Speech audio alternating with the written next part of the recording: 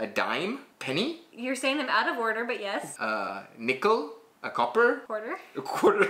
What does that all mean? Hey there, welcome back. My name is Logesh and this is Rachel and you are now kicking it with the Kumaars. So I have a list in my hand of things that only happen in America, and I want to read these to Logesh and get his reaction. As an American, I will try my best to justify some of the crazy things we do here in America. Yeah, and just for context, I'm a Malaysian. I've been born and raised in Malaysia, lived there for 24 years of my life, so pretty Malaysian. But now I live in the United States. I've been here for over 9 years now, so that's the kind of perspective I'm gonna bring to the table. Right, you ready for this? Let's do it. Waiting to be seated at a restaurant. A little bit of context. So here in America, most restaurants, they require you to check in with a host or hostess at the front, and then when there's a table available, the host or hostess will seat you there. You do not get to pick which table you sit at. Yeah, and so in Malaysia, it's a little bit different. Not all restaurants seat you that way. Only the higher end restaurants will seat you at specific tables. But for the most part, your regular restaurant mama, you can sit anywhere. You can just walk in and sit there. Funny story, when I moved here first, I didn't know. And there were some restaurants initially for the first like maybe 3 or 4 weeks, I would just walk into the restaurant and I just walk in and sit myself. And everyone would look at me so weird. It was so embarrassing. I know, it was so bad. I think it was one of the waiter who actually came out to me like, hey, excuse me, I think do you mind sitting here? And I'm like, but I want to sit here. And they were really kind. Obviously I moved and everything was fine. And after that, I realized that this is something they do in America. So along with the restaurant theme, another thing that only happens in America is having to tip at least 15%. This one really drove me so crazy. Like, yeah, you literally have to tip everywhere you go, regardless if you like the food or not. So usually it's not about the food with tipping, usually it's about the service. So if your server who's ever helping your table is terrible, then you technically don't have to tip, but you're supposed to speak to the manager about it. See, I don't care about service. All I care is about the food. You can treat me badly, as long as you give me good food, I'm happy. The fact that it's mandatory, that's what kind of gets me. I think mandatory is a harsh word. I think it's strongly encouraged. Which is mandatory. If you don't tip, they're not gonna chase you down and make you pay. But you can't go back to the restaurant. But yeah, you can't show your face there again. So, mandatory. Unless you don't want to go back there again. That's true. If the food's so bad, don't tip. Also, fun American fact is if you want to leave an insult tip, you leave 1 penny as the tip. And that's, oh really? Yeah. Why didn't you tell me that before? You didn't know this? I would have left so many pennies in so many restaurants. I think it's rude, but that is the insult tip of leaving just 1 penny. Don't do that, guys. If you come to America, don't leave a penny tip. I do have a funny story going back to Malaysia. This is like after moving to America, my first trip back to Malaysia. We had nasi ayam. I brought her first breakfast there. And we paid for our food and the lady comes back and the change was like, I can't remember, maybe 40, 50, 60 cents, something like that. And I was like, oh, it's okay, you know, just keep the change. And she was like, she was so confused and she went back. I think she went to her boss or something. And then she came back to us and she's like, I'm so sorry, I can't accept this. And I'm like, it's just 40 cents or whatever, you know? But that's the culture in Malaysia, that you pay for whatever of the services the food is, and that's about it. That there isn't any extra payment. Another one about food.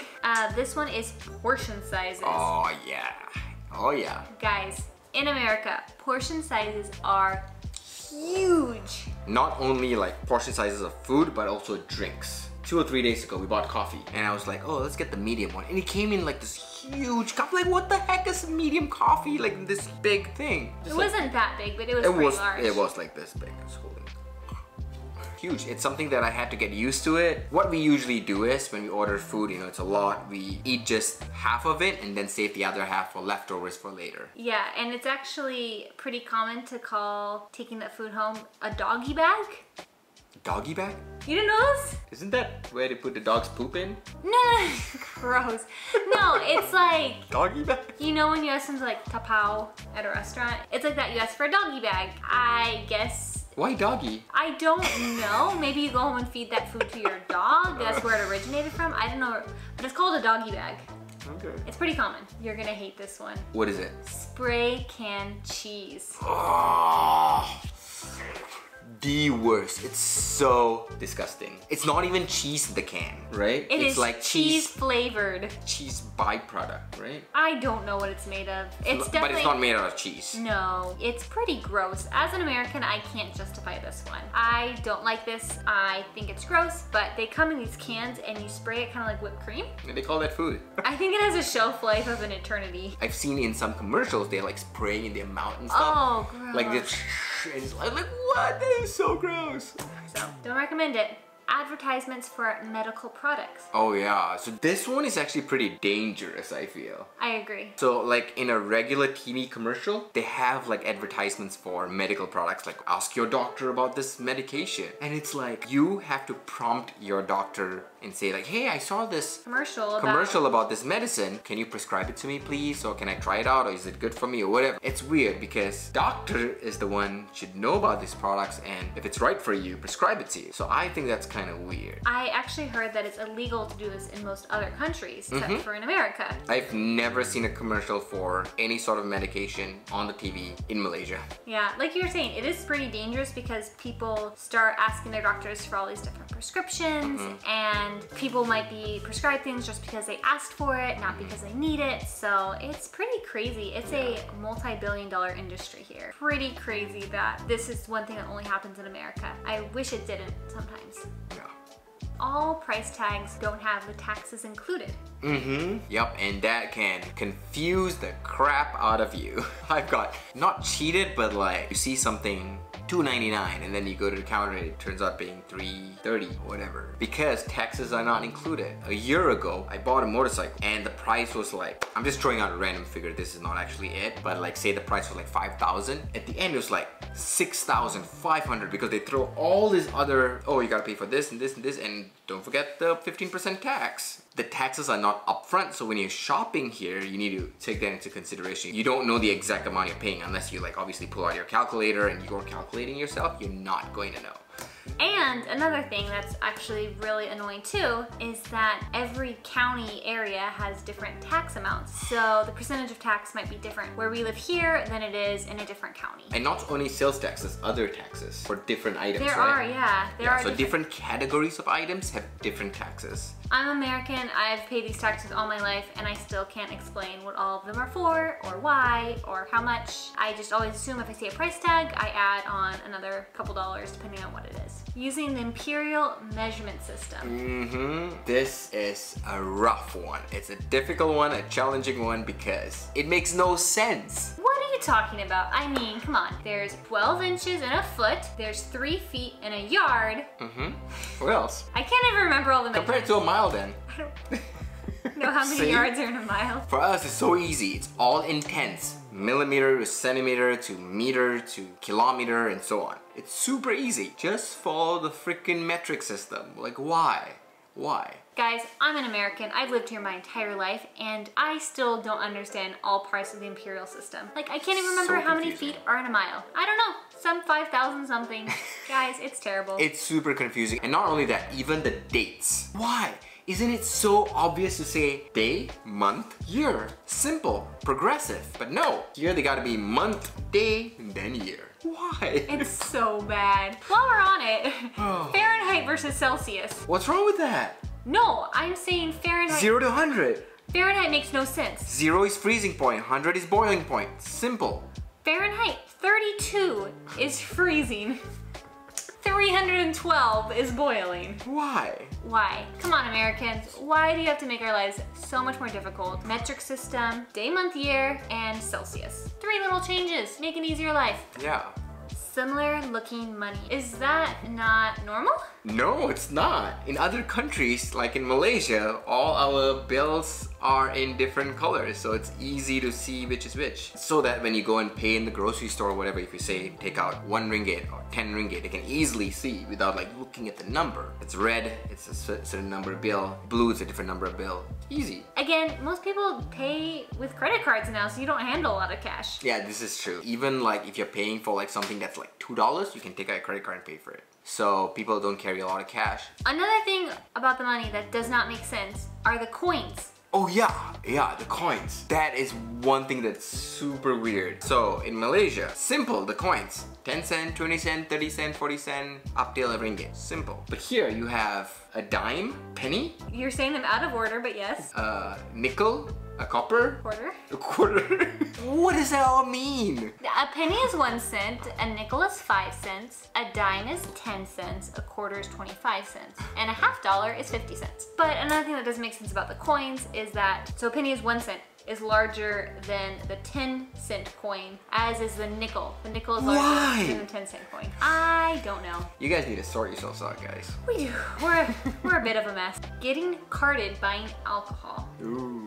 Is that not normal other places in the world? Nope, not in Malaysia. So you can just go and buy alcohol and they don't care how old you are? Yeah, I mean, they'll just look at you. They won't ask for a card. If you seem really young, they'll be like, no, we can't sell this to you. But if you look old enough, you know, it's up to the discretion of the owner of the store. I still get carded and I'm 30. Initially, when I came here, they asked to check for your ID every single time you shop, and I got offended. I thought they were like, oh, this credit card must not be yours. You have stole this credit card, so I'm checking your ID just to make sure. But apparently that's like a security thing they do with everyone. That's not a normal thing either. What's not a normal thing? When you pay with credit card, they ask to see your ID. It's not? No, I'm asking, is that not normal in Malaysia? Oh no, it's not.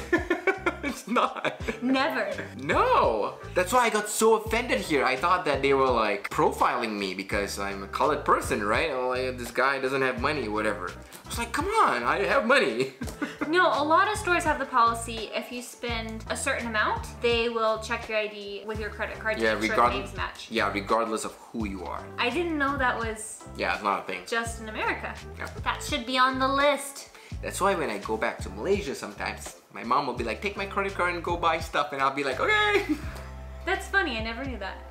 Selling Girl Scout cookies. Yeah, that's super weird. Okay, so the whole Girl Scout cookie selling thing. It's a scam.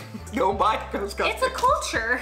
Let me tell you what happens here. No Girl Scout, do they come door to door? Some do, yeah. Okay, usually they set up a little store out in, you know, a train station or whatever, like a legitimate store, and then you walk by. A store. No, it's a table run by like 8-year-old kids. Yeah, correct. Not a store. But the cookies and everything are like properly boxed by a huge company and so on. I'll leave the picture right here. These are the cookies that they sell. It's not like they bake homemade cookies and they're trying to sell. No, none of that. This is like a whole business. They're only sold one time a year. You cannot find these in any stores. You can only buy them from Girl Scout. So their rarity makes them taste better. I think these big corporations are making these cookies and they're using the Girl Scouts to sell their cookies. That's what I think is happening, but you know what? Americans love their Girl Scout cookies, so. We do, and we will hoard them and keep them in our freezer so that we can make them last longer. It's an American product, they would last forever. So, you don't need to put it in freezer. Obsession with autumn/pumpkin flavor. What's autumn flavor? I'm serious, what the heck is autumn flavor? I know pumpkin flavor. I can't breathe. No. No, the season of autumn or fall. We call it fall here, actually. So they obsessed with the season autumn? The season of autumn, and then during that season, you have a lot of pumpkin flavor. Oh, okay, yeah. So they love pumpkin flavored stuff, like everything. Starbucks usually have their PSL, pumpkin spice latte, and Americans really obsessed about that. They go crazy for it. And I think one thing that's different about pumpkin flavor here in America is it's always sweet. Yeah, it's always in dessert. Pies, Starbucks drink, cookies, pancakes, waffles. So I've tried all this pumpkin flavored stuff here. It's okay, it's good. It's not like horrible, but it's not something I'd like seek out for. You know, there are other things that are way better. But the obsession with autumn as well, people will decorate their whole house with like beautiful colored leaves and different signs and scarecrows. We always decorated my house like that. Not the flavor, the season. The season. The season of autumn. Garbage disposals. Wait, do you not have garbage disposals? No, you guys are spoiled. What? Okay guys, tell me honestly, are there no garbage disposals in all of Malaysia? No, so here we have garbage disposals built in to every single sink in the kitchen. It's like a little machine that's built under the sink. So if food waste that goes down the sink, you can just hit a button and it'll just like grind it up and It'll go somewhere. It'll go down the drain. It makes sense. So that your drain doesn't get clogged, there is a disposal inside which has a blade that goes around and it chops it up into tiny pieces so it can go down the drain. It keeps your sink from overflowing. Yeah, in Malaysia we just toss all the food stuff in the trash and then we take the plate that doesn't have any food trash and wash it.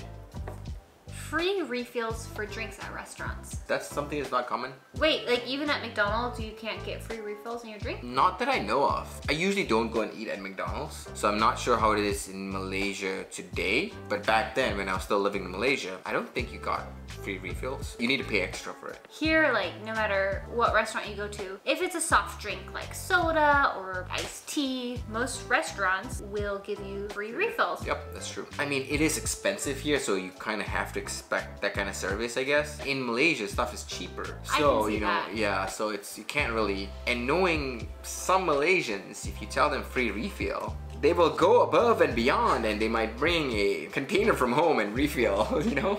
Maybe you wouldn't fly there. So the last one on the list is Black Friday. Oh.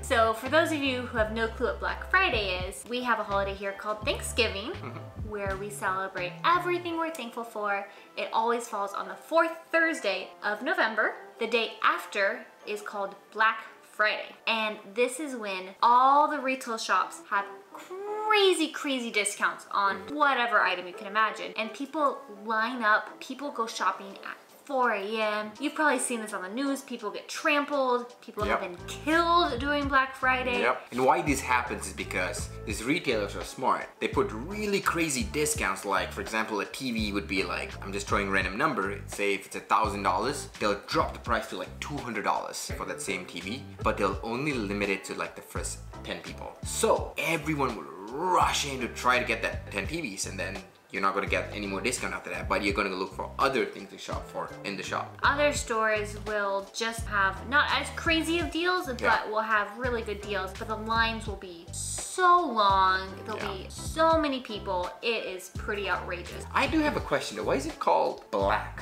Friday? I know the answer to this. What is it? I do, because my mom used to work in retail and she knew the answer. It is because when a business is in debt, it is called being in the red. Okay. And when a business is turning profit, it's called in the black. They know that they're gonna get enough incoming purchases where they're gonna now be in the black. That's why it's called Black Friday. Interesting. We better fact check that. Fact check it, let me know. So that's all on our list for today, but I'm sure there are many other things that only happen here in America. If you guys know of any, feel free to leave it in the comments down below. And if you're curious why it happens, I will do my best to give you a reason. No promises though, because there's a lot of weird stuff that happens here in America. Don't forget to also like the video and subscribe, guys. It goes a long way in supporting the channel. We really appreciate it, and I really hope to see you in the next one. Bye. Bye.